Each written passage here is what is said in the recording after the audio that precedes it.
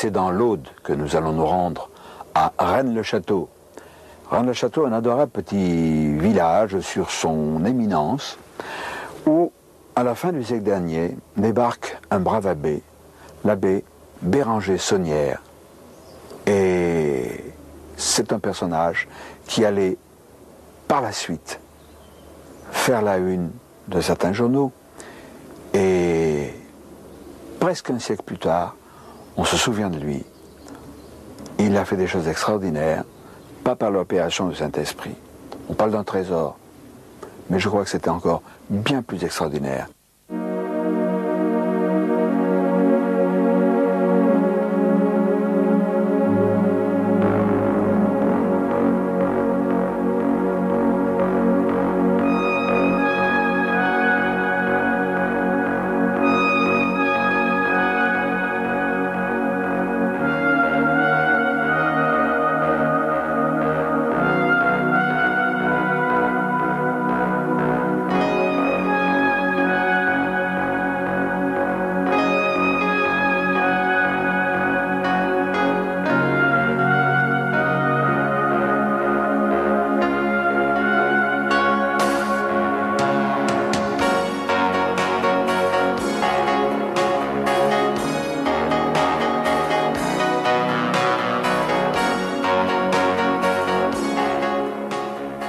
Nous sommes à Quillan dans l'Aude, chez Tatiana Kletzky-Prader, qui est un écrivain qui a écrit de nombreux ouvrages, nous allons les montrer, qui a même écrit un guide de l'écrivain, qui fait autorité.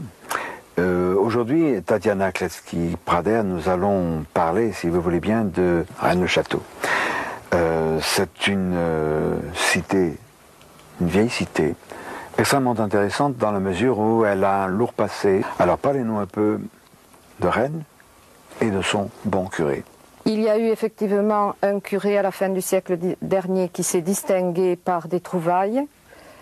On connaît certaines de ces trouvailles, mais certainement pas toutes.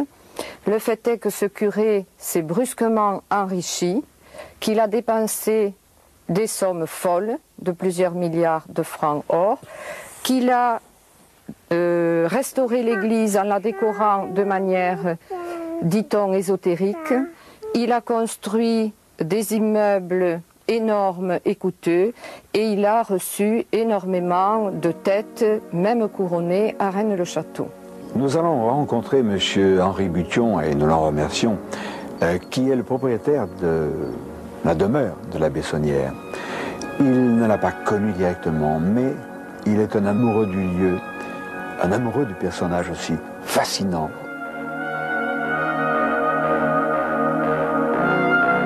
Ce site sur lequel nous sommes, avant l'abbé Saunière, c'était la campagne. Il n'y avait rien, oui. Sinon les habitations du village. Tout cela ne s'est pas fait gratuitement. Non. Hein, pouvez-vous un peu me décrire le site avant? Oui, je connais la description du site par les habitants de Rennes-le-Château, qui sont parfaitement dignes de foi et très bien renseignés de siècle en siècle. D'abord, ce parc où nous sommes s'appelait sur le cadastre le Rocher, et ça n'était qu'un rocher sans terre et sans vie, balayé par le vent dominant. Le parc à voitures actuel n'était qu'une carrière de pierre. Quant au jardin du bassin, c'était un jardin en pente, qui suivait le profil du terrain. L'abbé a fait transporter environ 6000 mètres cubes de terre, avec des chariots à bœufs depuis 4 à 5 km de distance. Cela représente environ 8000 voyages.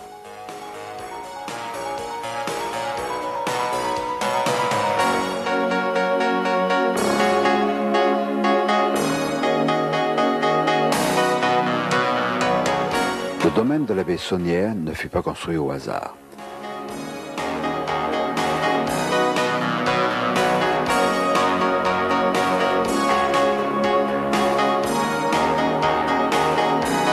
Beaucoup de détails montrent à l'évidence le soin apporté par l'abbé à ses constructions, au sens parfois caché.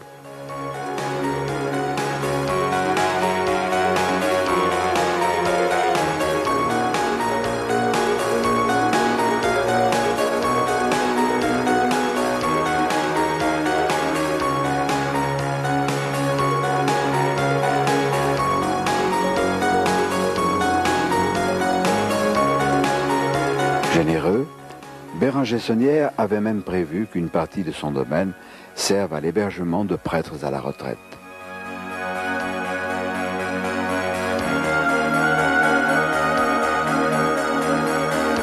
Mais la plus célèbre et la plus énigmatique de ces réalisations est sans nul doute le démon Asmodée qui soutient le bénitier dans l'église.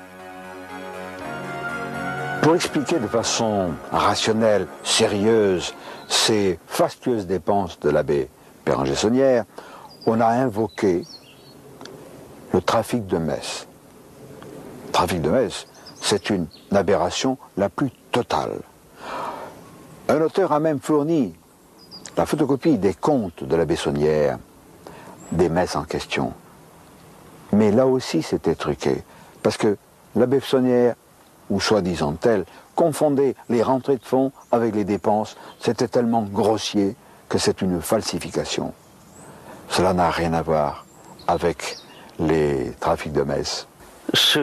Et on pourrait presque dire celui qui a essayé de démolir, disons, la loyauté de l'abbé Saunière, a fait des recherches sur les livres de messe de l'abbé Saunière, a fait des suppositions de nombre de messes plus élevés, et même, en employant ce moyen, est arrivé à un nombre de messes qui ne correspond qu'à une moyenne de 2 messes par jour à célébrer durant sa vie sacerdotale, en supposant qu'il les ait toutes célébrées, ce qui n'est pas le cas. Il y a de nombreux témoignages dans les lettres mêmes qui sont exposées au musée de prêtres qui disent qu'ils ont reçu eux-mêmes des messes à célébrer venant de la part de l'abbé Saunière et qu'ils disent clairement « tu es accusé d'une chose que tu n'as pas faite ». De toute manière, je ne connais pas le tarif des messes, mais je pense qu'il aurait fallu des milliers de messes par jour ou au moins par semaine. Absolument. On retrouve, les détracteurs arrivent à un maximum de 14 000 messes en faisant des suppositions, et cela ne ferait au maximum qu'environ 12 000 francs. Or, on sait très bien que l'abbé Saunière reconnaît lui-même dans ses dépenses des nombres beaucoup plus élevés et qui sont bien inférieurs à la réalité. Pour avoir confirmation, nous nous sommes rendus à Liège, en Belgique, pour rencontrer Gérard de Sède, qui a beaucoup écrit sur cet étrange mystère de Rennes-le-Château. Qui n'a pas entendu parler de Gérard de Sède, qui a publié un ouvrage dont on a beaucoup entendu, les éloges Rennes-le-Château chez Lafon, il y a 4 ans. Gérard de Sède, le prochain bouquin, qu'est-ce que vous nous concoctez? Bien, je vais probablement, sans trop changer de perspective, je vais probablement faire un bouquin pour Lafon sur le thème, si vous voulez, occultisme et politique depuis les pythagoriciens jusqu'à nos jours, c'est-à-dire recenser le nombre d'événements historiques auxquels les occultistes ont été mêlés. Et il y en a beaucoup plus qu'on ne pense dans l'histoire, depuis l'opération Jeanne d'Arc, en passant par la secte des Hachichim, des assassins. Alors, l'abbé Saunière, il y a les tenants du trafic de messes, moi ça me paraît tiré par les cheveux et prêt à faire hurler de rire. Il a certainement découvert un trésor. Il n'a pas gagné à la loterie nationale qui n'existait pas à l'époque. Alors oui, l'abbé Saunière, n'est-ce pas, c'est quelqu'un qui arrive à Rennes-le-Château comme curé, si je ne me trompe pas, en 1885, il est extrêmement pauvre. Il est extrêmement pauvre car il a un traitement, à cette époque-là, il n'y a pas la séparation de l'Église et de l'État, il a un traitement de 75 francs or par mois, ce qui n'est pas négligeable, seulement il se fait priver de son traitement pour des prêches électoraux intempestifs. Donc il n'a plus rien et il est obligé d'acheter même sa nourriture à crédit. Or, 32 ans après, à sa mort, en 1915, il a dépensé, j'ai eu ses livres de compte entre les mains, et d'ailleurs je ne suis pas le seul à les avoir eus, ils ont été publiés également en partie par des revues scientifiques de l'Aude, n'est-ce pas? À sa mort, il a dépensé exactement un peu plus de 660 000 francs or, c'est-à-dire l'équivalent de plus de 23 millions de nos francs actuels. Bon, alors, d'où provenaient ces ressources, évidemment? Alors là, il y a plusieurs hypothèses qui ont été formulées. Il y a, si vous voulez, ce que j'appellerais l'hypothèse sordide. Ces ressources provenaient d'un trafic de messes. Il organisait en grand, à travers le monde entier, un trafic de messes. Bon, seulement une messe à l'époque valait un franc or. Il aurait donc fallu qu'il célèbre, il a dépensé, j'ai dit 660 000 francs or, il aurait fallu qu'il célèbre en 32 ans 660 000 messes à 1 franc. On dira, ah oui, mais justement, un trafic de messes, c'est parce que ces messes, il ne les célébrait pas. Alors s'il ne les célébrait pas, il fallait tout de même qu'il trouve des gens pour les lui commander. Il aurait fallu qu'il trouve 660 000 personnes pour lui commander au moins une messe à 1 franc. Il aurait donc fallu qu'il écrive 660 000 lettres, et que, en supposant même qu'à chacune des lettres, il y ait une réponse favorable, c'est tout à fait fantasmagorique.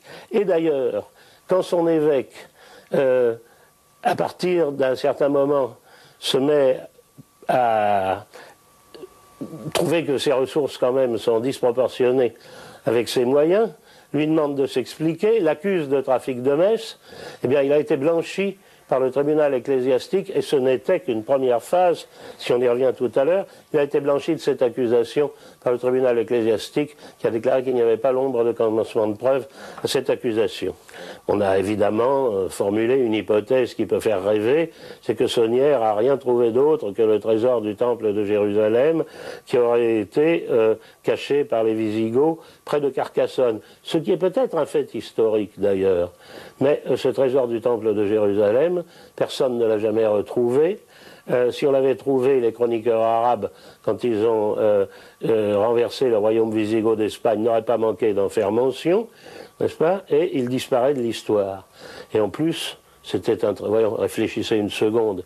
Si Saunière avait trouvé un trésor pareil, il était totalement invendable, aussi invendable que la Joconde. Et par-dessus le marché, on n'imagine pas un curé, même aussi sulfureux que l'était Saunière, mettant à la casse un trésor aussi sacré que le trésor du temple de Jérusalem. Donc tout ça, personnellement, j'élimine. Je ne suis pas tout à fait d'accord avec mon confrère et ami Gérard de Sède quant à cette histoire du trésor de Salomon, qui repose, me semble-t-il, sur des bases sérieuses. Nous aurons l'occasion d'y revenir.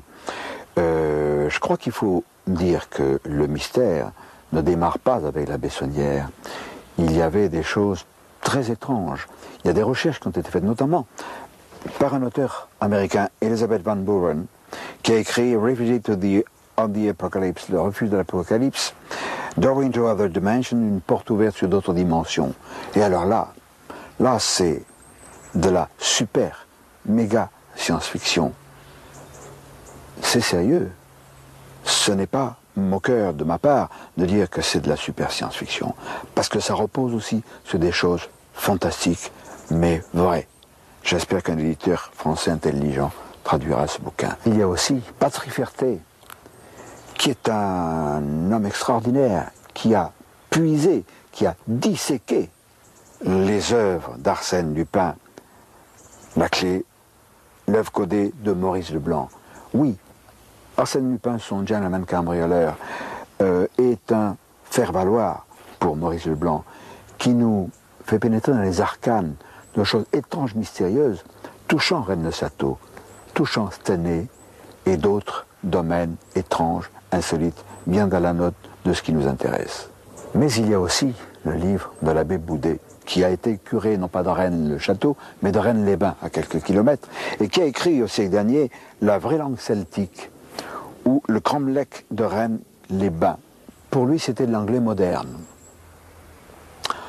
Alors évidemment, c'est quand même curieux. Mais il y a des choses extrêmement troublantes dans cette histoire d'anglais moderne. Parce qu'on trouve, par exemple, Katcha en languedocien ancien. Katcha, ça veut dire serrer, presser. Et catch, en anglais, c'est capture, crampon. Cost, en languedocien, le cost, c'est le prix. Cost, c'est le prix en anglais. Il y a quantité d'exemples de ce genre.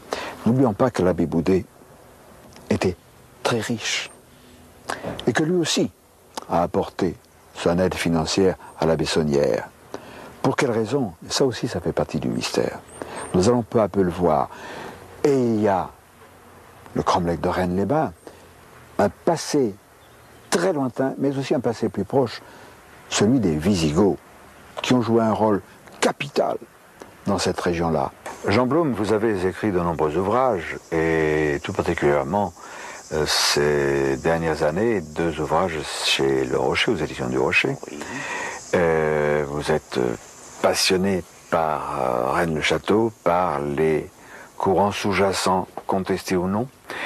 Et je serais heureux que vous nous parliez de ces problèmes qui sont souvent un peu négligés en ce qui concerne Rennes, en raison justement de cette zone floue qui les entoure. Rennes-le-Château se présente un peu en auberge espagnole, en ce sens qu'à l'heure actuelle, chacun y trouve ce qu'il apporte. Cela dit, il y a quand même une histoire, Rennes-le-Château, et elle commence d'une certaine manière lors de la venue des Visigoths dans cette région, c'est-à-dire en 413. Rennes-le-Château, qui s'appelle Rédé à l'époque, est, semble-t-il, le fait est controversé, mais les probabilités vont dans ce sens, une citadelle importante. D'aucuns ont voulu en faire la 4e ville d'Europe à l'époque. C'est de toute façon une citadelle importante. Les Visigoths s'y installent en 413. Clovis bat les Visigoths et reconquiert une grande partie de l'actuelle France vers 507. Néanmoins, les Visigoths demeurent un peu plus longtemps dans ce Haut-Razès. Vient la Bessonnière, il y a maintenant un siècle. La Bessonnière, semble-t-il, est mise en possession de documents. Bien sûr, il découvre des richesses. Ces richesses peuvent être visigothiques. On a parlé de l'or du temple de Salomon et des trésors sacrés du temple de Salomon, l'arche d'alliance, la menorah. Ces trésors peuvent être également avoir été amenés là par Blanche de Castille, qui, semble-t-il, y aurait fait un passage lors de la révolte des pastoraux. Ces trésors peuvent être éventuellement des trésors des Templiers, mais il y a dans toute cette histoire-là une connotation, avec ou sans guillemets, religieuse. Alors, les thèses actuelles sur Rennes, le trésor des Templiers, le trésor des Visigoths, c'est-à-dire les trésors sacrés du temple de Salomon, je n'en sais rien. C'est possible, pourquoi pas. Me semble-t-il, il faut les dissocier un peu de la question de l'enrichissement proprement dit de la Bessonnière. Et quant à l'enrichissement proprement dit de la Bessonnière, il me semble que la thèse la plus probable, celle en tout cas que d'aucuns tendent à écarter le plus possible, c'est celle du trafic d'influence sur celui qui à l'époque avait le plus à en craindre, en l'occurrence l'empereur d'Autriche. La Bessonnière aurait monnayé certains documents des Visigoths qui voyaient en Jésus-Christ un prophète et non le Fils de Dieu. Une telle affirmation hérétique était à l'époque lourde de conséquences pour l'empereur d'Autriche. À ce moment-là, l'empereur François-Joseph était le chef du Saint-Empire. Et tout le Saint-Empire reposait sur la légitimité, l'authenticité du christianisme traditionnel tel que nous le connaissons. En fait, tout document produit abusivement, à l'époque actuelle on le fait, il y a un siècle c'était beaucoup plus difficile, tout document produit à ce moment-là qui mettait en cause les fondements même de la religion, mettait en cause les fondements du Saint-Empire à un moment où l'empereur, vieillissant et peut-être un peu mégalomane, rêvait de reconstituer un Saint-Empire à l'échelon au moins européen et peut-être planétaire.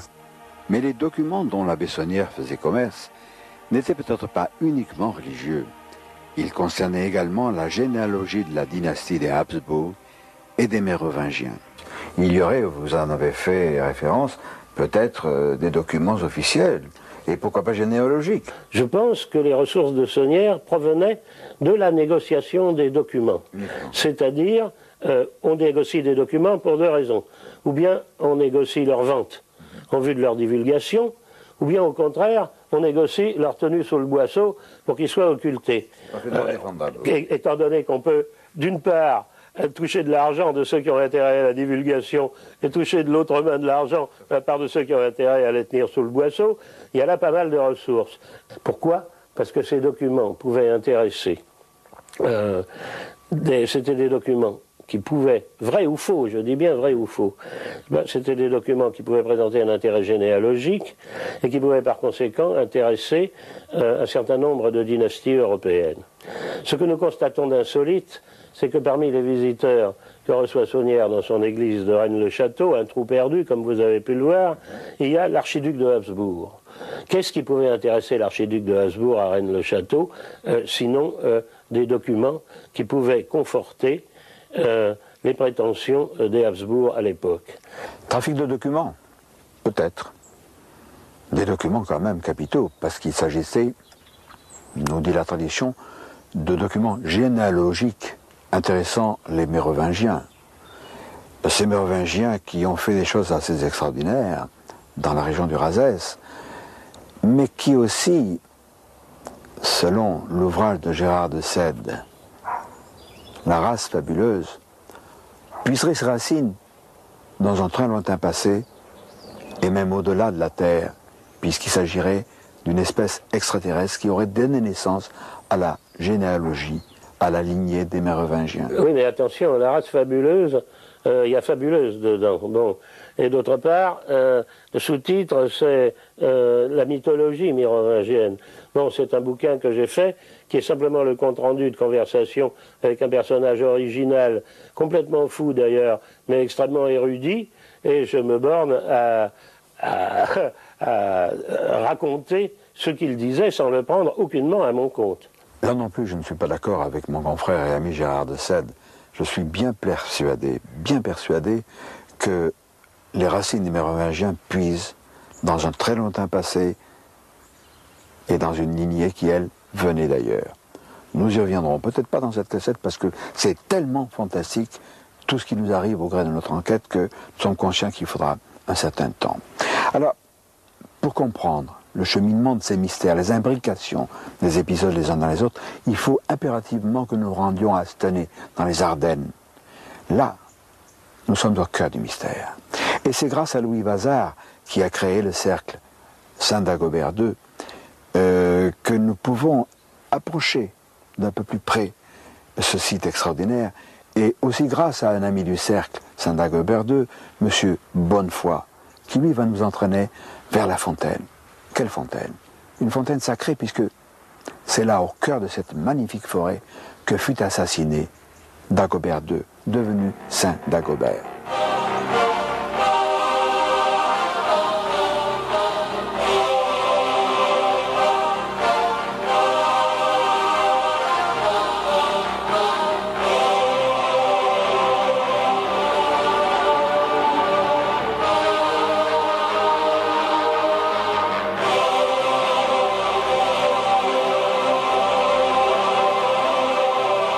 Ce haut lieu, dites-nous pourquoi il est très important. Historiquement parlant, bon, on l'a toujours appelé Fontaine Saint-Dagobert, donc on sait qu'effectivement, et la tradition orale là-dessus a toujours été extrêmement claire dans le canton, que le dernier mérovingien régnant a été assassiné ici en l'an 679, la veille de Noël. La veille de Noël. La veille de Noël. Donc une période solsticiale, dans ce lieu assez extraordinaire de forêt, chargé, avec ces arbres magnifiques. Ça n'a pas dû changer beaucoup, hormis le bruit de l'avion qui passe de temps à autre, n'est-ce pas? Et donc, Saint Dagobert, enfin Dagobert II, fut assassiné ici. Par qui? Eh bien, il a été assassiné par un maire de palais, le maire du palais de Pépin d'Héristal. Et donc, en fait, un assassinat politique. Et qui a précédé une prise de pouvoir d'autres personnes, d'autres gens. Disons du trône de France. Ah, effectivement, c'est bien C'était des usurpateurs. Ah, ben depuis, effectivement. Bon, le sang n'est plus le même en tout cas, c'est clair.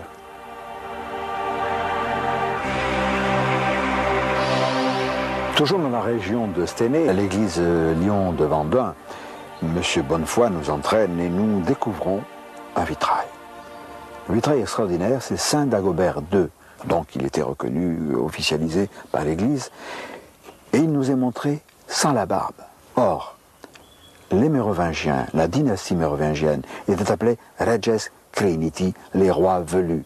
Donc on avait voulu probablement castrer, supprimer leur valeur particulière, la valeur particulière accordée à cette lignée extraordinaire.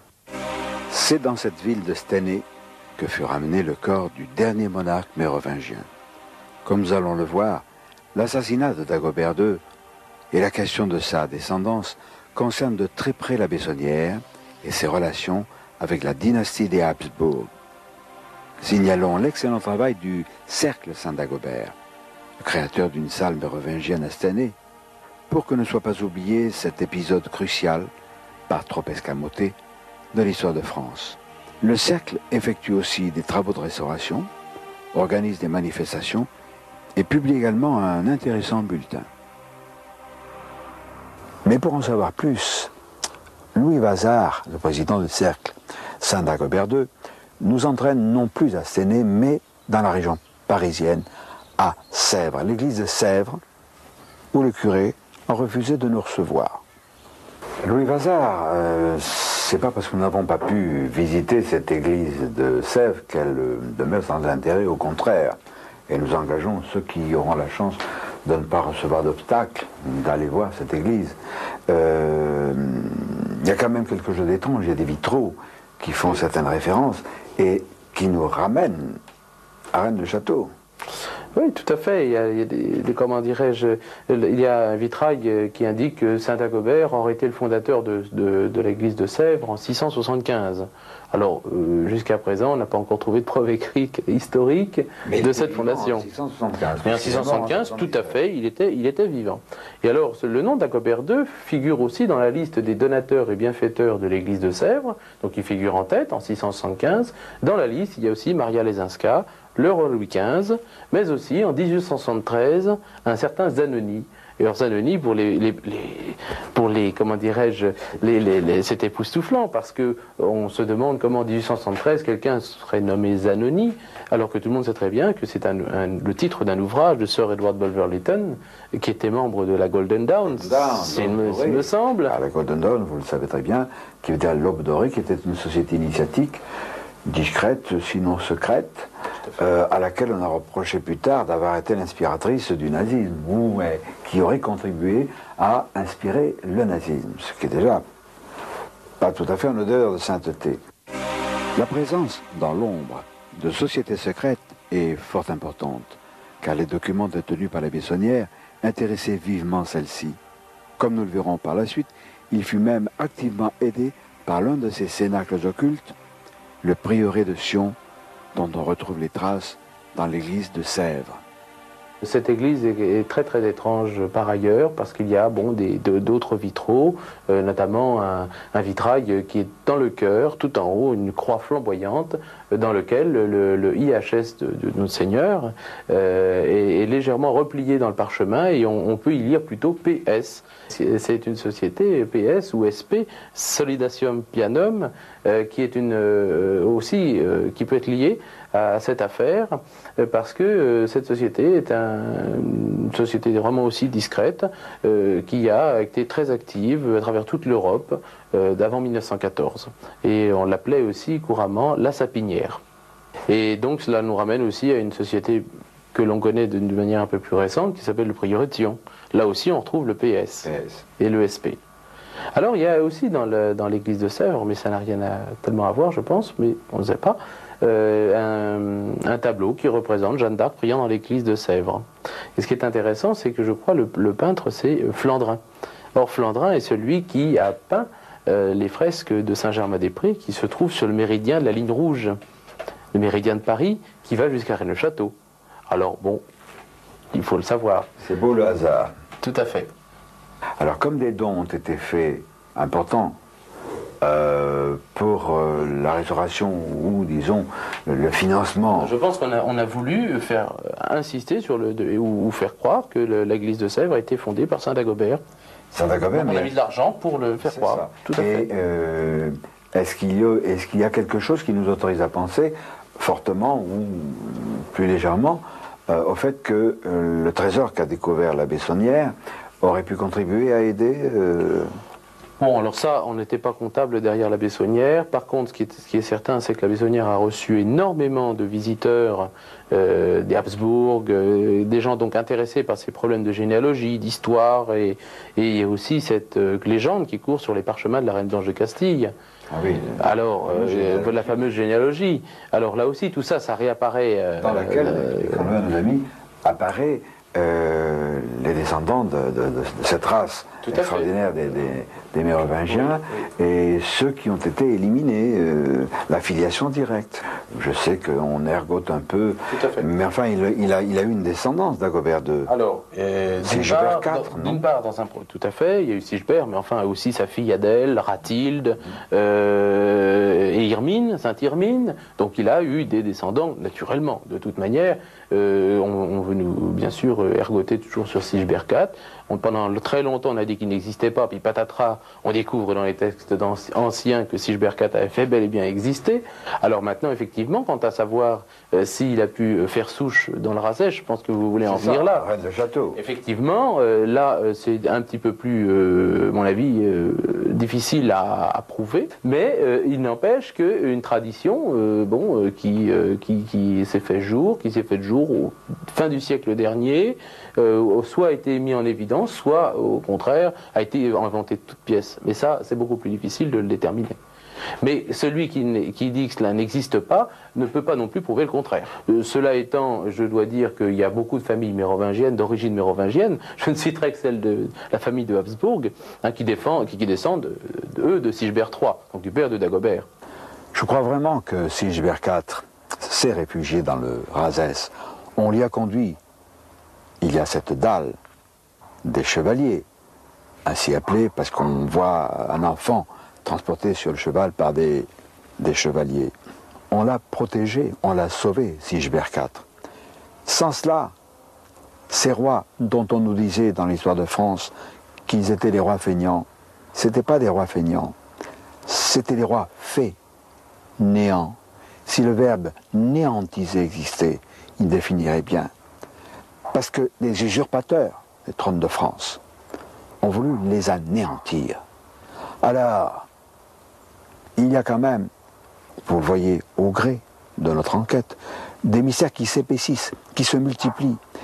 Il y a ce fameux pilier visigothique ou carolingien, selon les appellations des chercheurs, et dont Henri Bution, maintenant, va nous parler. Lorsque la Bessonnière eut fait la découverte du sépulcre de Sigebert IV, sur décryptage du grand maître de l'ordre de Notre-Dame du Mont-Sion, qui était devenu Claude Debussy à la succession de Victor Hugo, lequel Claude Debussy, et cela je ne le sais que depuis 2 ans, est venu plusieurs fois à Rennes-le-Château voir la Bessonnière, eh bien, il est hors de doute que c'est Claude Debussy qui a positionné le sépulcre de Sigebert IV dans l'église. Ce qui explique l'hommage rendu par la Bessonnière tant à l'intérieur de l'église qu'à l'extérieur, et notamment en prenant le pilier carolingien qui supportait l'autel, qu'il met dehors dessous la statue de la Sainte Vierge et à la base duquel il fait graver Sion 1891, Debussy est un grand maître de l'ordre de Sion. Or, ce qui est évident dans l'église, c'est qu'il y a tout de même 70 fois reproduit le sceau de l'ordre de Notre-Dame du Mont-Sion. Il y a le sceau MS. Or, on sait très bien qu'en matière de glyphes de saint, ça ne peut pas être Sainte-Madeleine. Il n'y a jamais le S du mot saint dans un glyphe. Le glyphe de la Vierge Marie est MA, celui du Christ, le qui et Rho, les 2 premières lettres du mot Christos. Et là, il est hors de doute que c'est bien MS. Or, pour reproduire 70 fois le mot, le sigle de Sion, de l'ordre de Notre-Dame du Mont-Sion, c'est bien qu'il y a là un hommage rendu à cet ordre. Et il est absolument hors de doute, d'après tous les renseignements que j'ai recueillis depuis 27 ans, que le grand maître de l'ordre de Sion est venu ici plusieurs fois voir la Bessonnière. En l'occurrence, c'était Claude Debussy.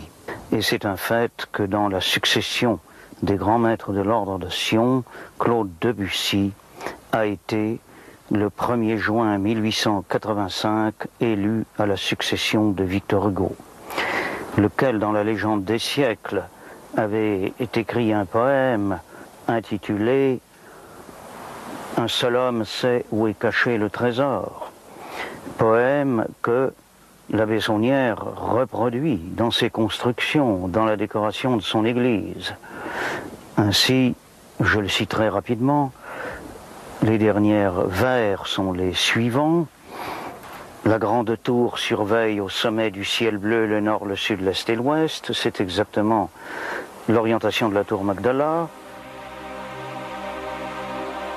Ainsi, téléguidé par une société secrète, l'abbé Saunière découvrit la sépulture du fils de Dagobert II, dernier mérovingien régnant, issu d'une lignée d'origine extraterrestre. Et afin de souligner l'importance exceptionnelle de cet événement, il grave à nouveau 1891 sur l'un des piliers de l'église et nous prévient, en latin, à l'entrée de celle-ci. Terribile locus iste. Ce lieu est terrible. Le mystère s'épaissit, mais nous pourrions aller plus loin en rencontrant à Paris Jean-Michel Thibault, qui est un confrère écrivain, qui a fait des recherches sur le prieuré de Sion et qui nous fait par ailleurs des révélations inquiétantes.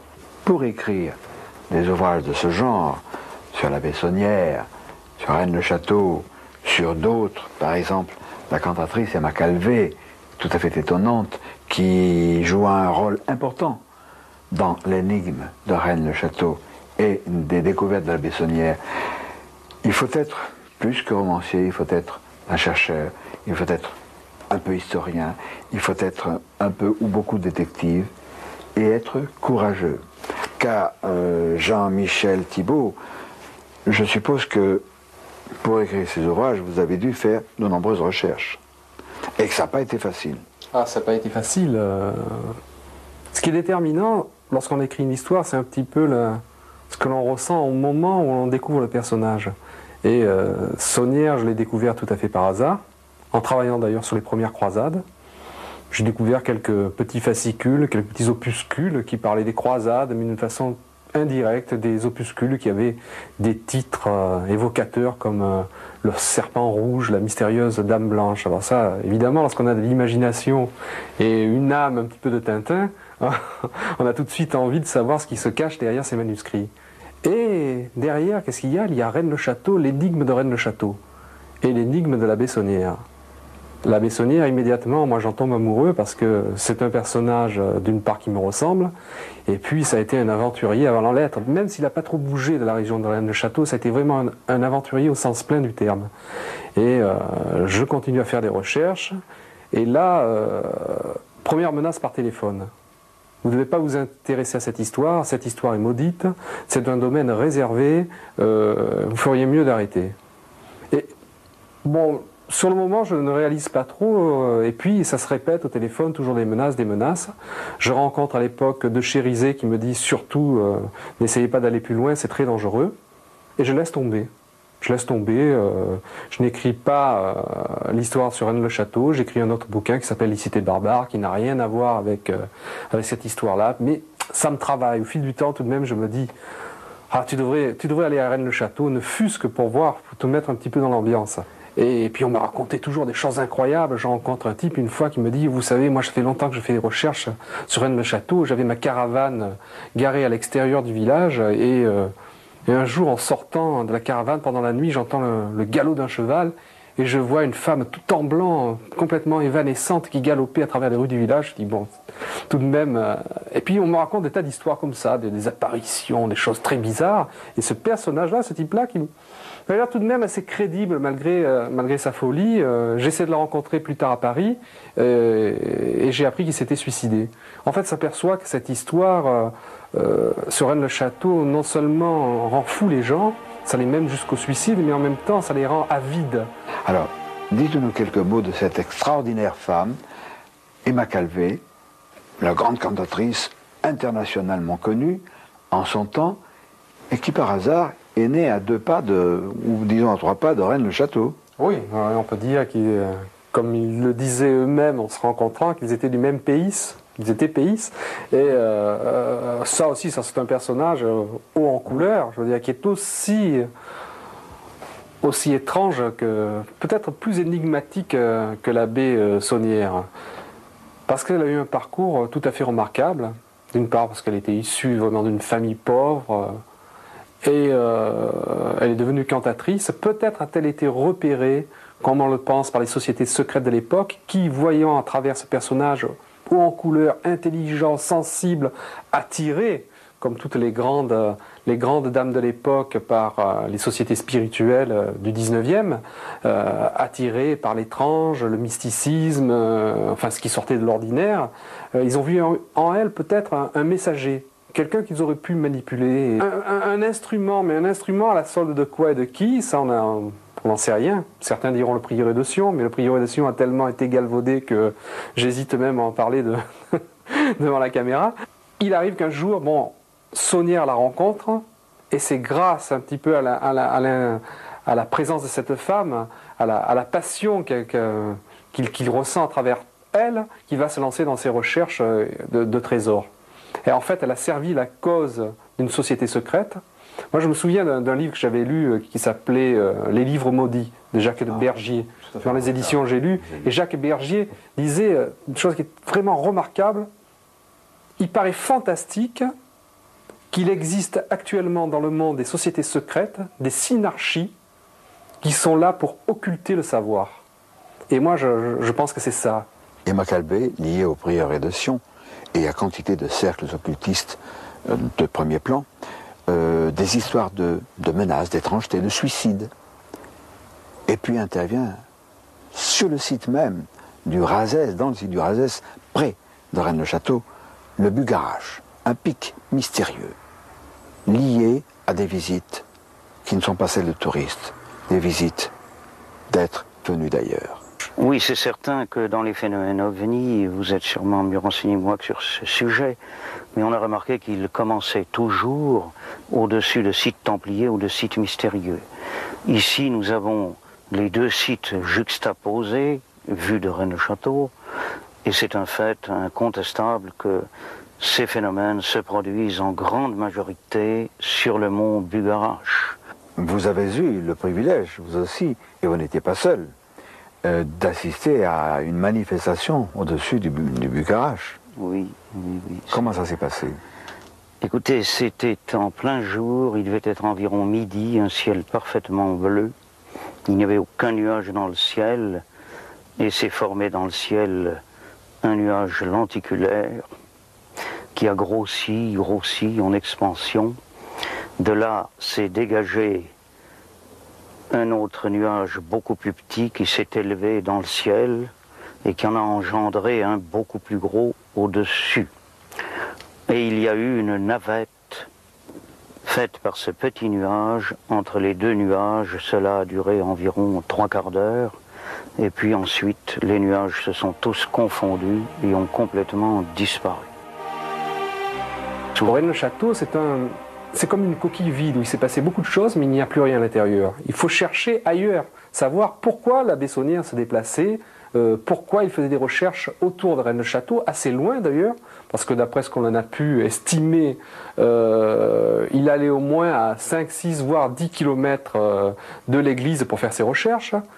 Où allait-il? Alors certains ont cherché en direction du Bugarache, qui est une montagne, et là ça devient passionnant, parce qu'on s'aperçoit que cette montagne, c'est un couloir qui est interdit. Ça, je ne sais pas si ça n'a jamais été dit, je pense. C'est un couloir qui est interdit au vol aérien. C'est un couloir qui est interdit pour la bonne raison que lorsqu'on passe au-dessus de la montagne, tous les appareils électroniques, les compas magnétiques sont déréglés. C'est une montagne qui est plus ou moins sur la surveillance d'un régiment de parachutistes, tout à fait officiellement, et de la gendarmerie. C'est un lieu qui est hautement convoité, ainsi que des lieux voisins par des je dirais par les Allemands en général, par les Allemands qui s'y intéressent depuis très très longtemps. Il y a aussi sous le couvert du ministère de la Culture des gens qui tout officiellement cherchent et fouillent dans le coin. Et là, il y a un budget qui est assez conséquent pour ces fouilles. Lorsqu'on les interroge, ils nous disent qu'ils sont à la recherche d'un ancien manuscrit qui expliquerait l'histoire de l'humanité. Alors ça fait beaucoup de choses, quoi. Les militaires, la gendarmerie, des groupes allemands vraisemblablement mandatés par des banques allemandes, l'État français, sans compter tous les autres, hein, tous les privés qui sont... Alors on se dit, qu'est-ce qu'il peut y avoir là-dessus? Heureusement que j'ai pas mal d'amis encore, soit au ministère de l'Intérieur ou au ministère des Armées, et j'apprends qu'il existe un dossier classé, confidentiel, sous le titre mérovingien. Et là on trouve tout un tas de personnages historiques depuis le XVIIe siècle, jusqu'à nos jours, avec des conservateurs de musées actuels, avec Emma Calvé, dans le listing qui est sous le sigle mérovingien. Et ça c'est très très étonnant. On apprend aussi qu'il y a que peut-être le CNRS s'intéresserait aussi de très très près à cette question. Et d'après ce que je sais, hein, je vous dis sous toute réserve, ce sont des sources intéressantes, c'est vrai, de première main, mais encore faudrait-il qu'on puisse les vérifier. Moi je vous le livre comme on me l'a livré. Le CNRS et l'armée chercheraient dans la région de Rennes-le-Château une porte temporelle, un nœud du temps. Jean-Michel Thibault vient de nous faire des révélations sensationnelles. Ce n'est pas du sensationnalisme, je crois que c'est encore au-dessous de la vérité. Je pense qu'il faut savoir que dans cette région, il y a eu des constatations, il y a eu des recherches, et j'en reviens à Elizabeth Van Buren et à son extraordinaire ouvrage, non encore traduit en français. Il est bien mentionné porte sur d'autres dimensions. On fait référence à d'autres dimensions. Mais ce n'est pas seulement gratuit, il y a un homme tout à fait singulier, à côté de Rennes-le-Château, dans la région de la Salse, au bord de la rivière Salée. Cet homme a touché du doigt quelque chose qui n'est plus de la légende, qui n'est plus de la tradition, qui ne nous éloigne pas des domaines fantastiques, mais c'est probablement l'antichambre d'une porte du temps.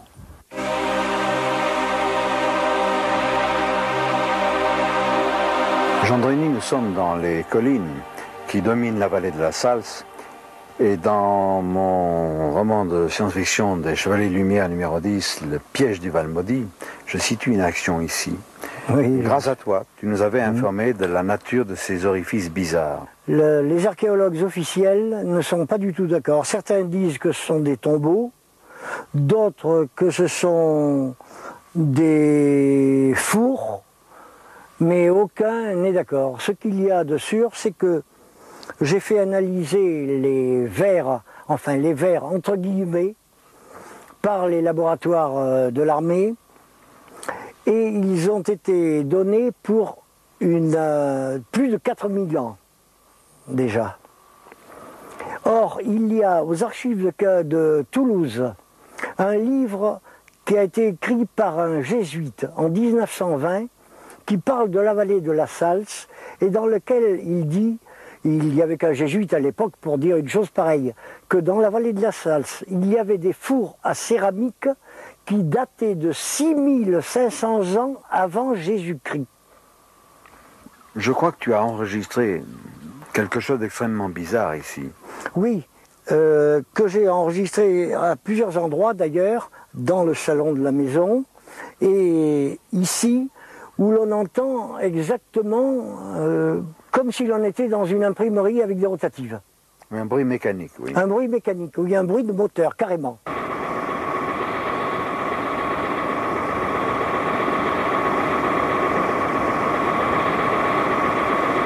Alors, il y a quelques années, des amis qui sont dans les sphères officielles, évidemment, je tairai le nom, vous comprendrez pourquoi, ont amené de leurs amis qui était en Amérique à la NASA. Ils sont venus avec un appareil de détection souterrain. Magnétomètre. Un magnétomètre à protons, mais doublé de VHL, enfin c'était... Il paraît qu'il n'y en avait que 7 dans le monde à l'époque. Et il s'est avéré qu'une fois la cassette passée à l'ordinateur et à l'imprimante, nous avons eu la radiographie du sous-sol. Il se trouve qu'à 25 mètres de profondeur, il y a une coupole métallique, entre guillemets, qui fait 30 mètres de long sur 15 mètres de large, d'une forme ellipsoïde avec 1 mètre d'épaisseur et 3 mètres de flèche. Alors naturellement, ce n'est pas une construction humaine. Et ce serait quoi, selon... C'est une des constructions de la base spatiale qui se trouve ici en dessous. Une base souterraine extraterrestre. Une base souterraine extraterrestre qui s'étale sur des kilomètres. Et est-ce que c'est en corrélation avec Bucarache? Oui, oui. Seulement, je ne sais pas qui se tient à Bucarache au point de vue extraterrestre. Ceux d'ici, je le sais. Ça, ce sont des gars qui viennent d'Orion. Mais quel est leur aspect? C'est un aspect humain. L'apparence humaine. Ce sont exactement ceux de la Bible. Ah, ce sont ceux de la Bible. Ceux qu'on appelle voilà. les Elohim. Ce qu'on appelle les Elohim, bon. oui. C'est ceux-là qui sont ici. Elohim, le mot est lâché. Quelques explications sommaires. Les Elohim sont des personnages venus d'ailleurs qu'on a appelés tantôt les dieux, tantôt les messagers. On en a fait aussi des anges dans notre vieille tradition biblique. Ce sont des êtres comme vous et moi, pas plus déifiés, mais aux yeux de ces braves gens de nos très très lointains ancêtres, c'était des dieux, ils venaient d'ailleurs avec des machines volantes, des gloires. Car gloire, ça veut dire une très vive lumière qui venait du ciel. Alors, le Christ est né à Bethléem. C'est pas par hasard. Et contrairement à certaines traductions, Bethléem, ça ne veut pas dire la maison du pain. Beth, c'est la maison. Léem, c'est une dérive sémantique de Elohim, la maison des dieux, et non pas de Dieu. Entendons-nous bien. Le problème des Elohim, je suis l'un des premiers, je pense, en Europe à avoir abordé ce domaine particulier dans Les soucoupes volantes viennent d'un autre monde, qui vient d'être réédité. Certains l'ont lu en 1954 et par la suite aussi ce bouquin qui fait référence aux Elohim. Et d'aucuns s'en sont inspirés pour fonder des sectes archi-bidons qui frisent ou dépassent même l'escroquerie, qui mêlent les partouzes à l'enseignement un peu particulier de certains gourous. Rien à voir avec tout ça. Ne nous trompons pas. Les sectes méprisables ne sont pas nos propos, ne sont pas nos préoccupations. Mais je crois qu'il faudrait quand même parler d'un voisin de Gendrini, Eliab le Berger, qui est un peintre, et qui lui aussi témoigne. En février,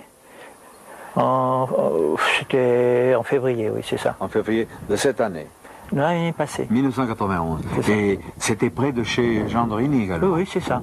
C'était à 1h du matin, moi qui sors jamais à 1h du matin, et en février, il fait pas chaud. Et ma tête a vraiment été poussée à regarder dans le fond de la vallée. Puis je vois des lumières bizarres.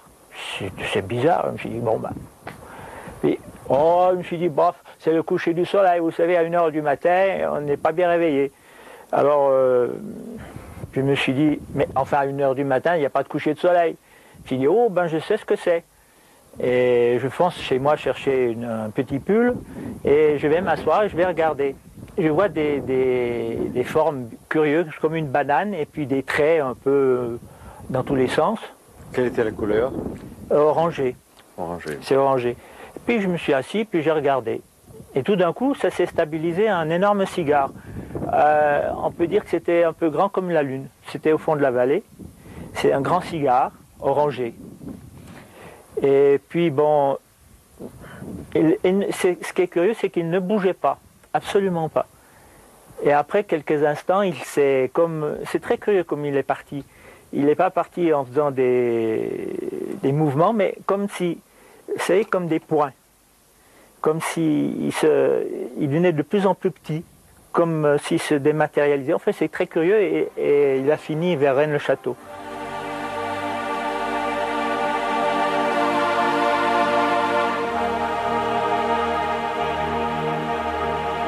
Revenons à Rennes-le-Château et inquiétons-nous un peu des derniers moments de la Bessonnière, qui nous réserve là aussi quelques surprises.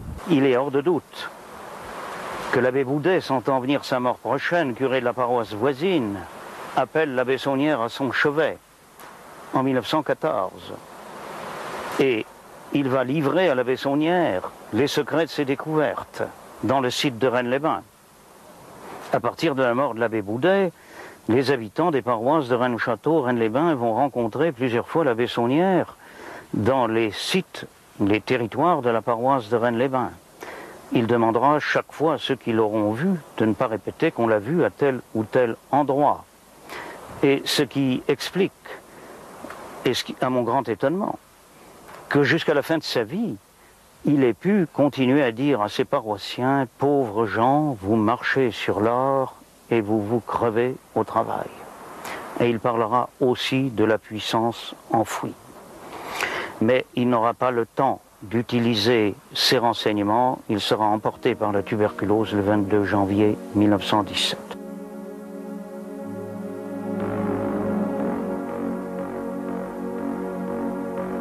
C'est dans le cimetière de sa paroisse que repose désormais Père Angé Saunière. À ses côtés fut enterrée Marie Denarnaud, sa fidèle servante et compagne. Et honni soit qui mal y pense.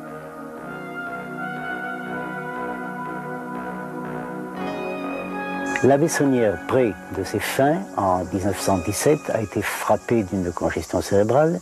On a fait mander auprès de lui l'un de ses confrères, le curé Rivière d'Espéraza, qui, semble-t-il, est sorti de cette entrevue parfaitement bouleversé. Il a été profondément dépressif pendant la petite année qui lui restait à vivre.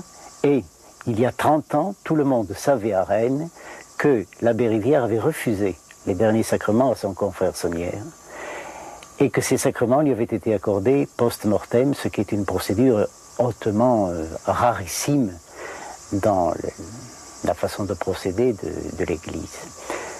Que faut-il pour se faire refuser les sacrements au seuil de la mort? Hitler les aurait obtenus.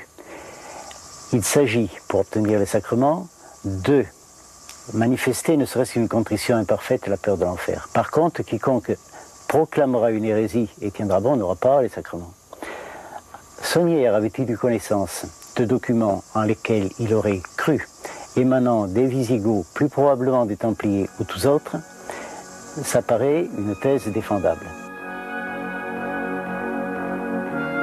L'abbé Saunière a donc eu accès à des secrets. On nous a parlé de documents généalogiques touchant aux Mérovingiens. Supposons, on peut imaginer aussi, supposons que l'un de ces documents ait apporté la preuve de l'origine extraterrestre des descendants, des ancêtres des Mérovingiens. Supposons qu'au gré de sa quête, en fouillant, en creusant, en accédant à des cavernes, l'abbé Saunière ait eu une autre preuve attestant de cette vérité. Supposons qu'il ait vu, je ne veux pas revenir aux gris, aux ibis, qui font l'objet de certains de mes romans vérités, mais supposons qu'il ait eu la preuve que Asmodée, qui soutient le bénitier de l'Église, faisait partie de cette lignée d'êtres venus d'ailleurs, qui s'intègre à l'histoire. Il a dû être terrifié. Et in articulo mortis, à l'article de la mort, il a pu le confier. Et son confesseur était terrorisé et lui a refusé l'absolution pour, réfléchissant après, la lui accorder post-mortem. Du roman, eh bien je crois que les agents du Shin Bet, le Shin Bet, ce sont les services secrets israéliens, l'un des meilleurs du monde. Je ne crois pas que ces agents soient des rêveurs, ce soient des gens qui planent. Non. Eh bien les agents du Shin Bet sont venus sous couvert de recherches pétrolières, géophysiques, explorer la région de Rennes-le-Château. Et il semble bien qu'ils aient recherché la menorah. La menorah, c'est le chandelier à 7 branches qui faisait partie du trésor de Salomon. Les romans de science-fiction sont toujours basés sur des choses vraies. Les filles du serpent, en réalité chez Vaugirard, et le 10e Chevalier Lumière qui s'appelle Le piège du Val-Maudit, concerne Rennes-le-Château, Stenay, etc. Toujours sur cette chose authentique et mystérieuse qui est le thème de cette cassette. Mais, bien évidemment, il y a bien d'autres auteurs qui ont abordé ce domaine extraordinaire. Nous avons, rassurez-vous, je ne vends pas ça dans des parapluies au coin de la rue. J'en ai pris que quelques-uns, il y en a encore un tas. Jules Verne, initié et initiateur, Le secret du trésor royal de Rennes-le-Château. Remarquable, paru chez Payot. Un ouvrage de Jean Robin, Rennes-le-Château, la colline envoûtée. Passionnant. Jean Robin, Opération Horte, toujours chez Guy Trédaniel, ou L'incroyable secret de Rennes-le-Château. Incroyable, absolument fantastique. Nous avons aussi celui-ci de Yves Lière, Le secret des prêtres du Razès ou le mystère des deux reines. Nous avons enfin cet ouvrage étonnant de Henry Lincoln, Le temple retrouvé chez Pygmalion. Nous avons, nous aussi, fait une petite enquête. Nous avons pérégriné, nous l'avons vu dans cette vidéocassette. Nous avons constaté des choses très étranges. Nous avons eu tellement d'éléments que ce n'est pas en une cassette que nous pourrons tout dévoiler, tout divulguer. Je pense que, comme disait Kipling, tout cela est une autre histoire. Et nous allons y revenir. Et à ce moment-là, ce qui vous a paru extraordinaire dans cette vidéocassette vous paraîtra assez fade comparé à ce qui vous attend dans la suivante.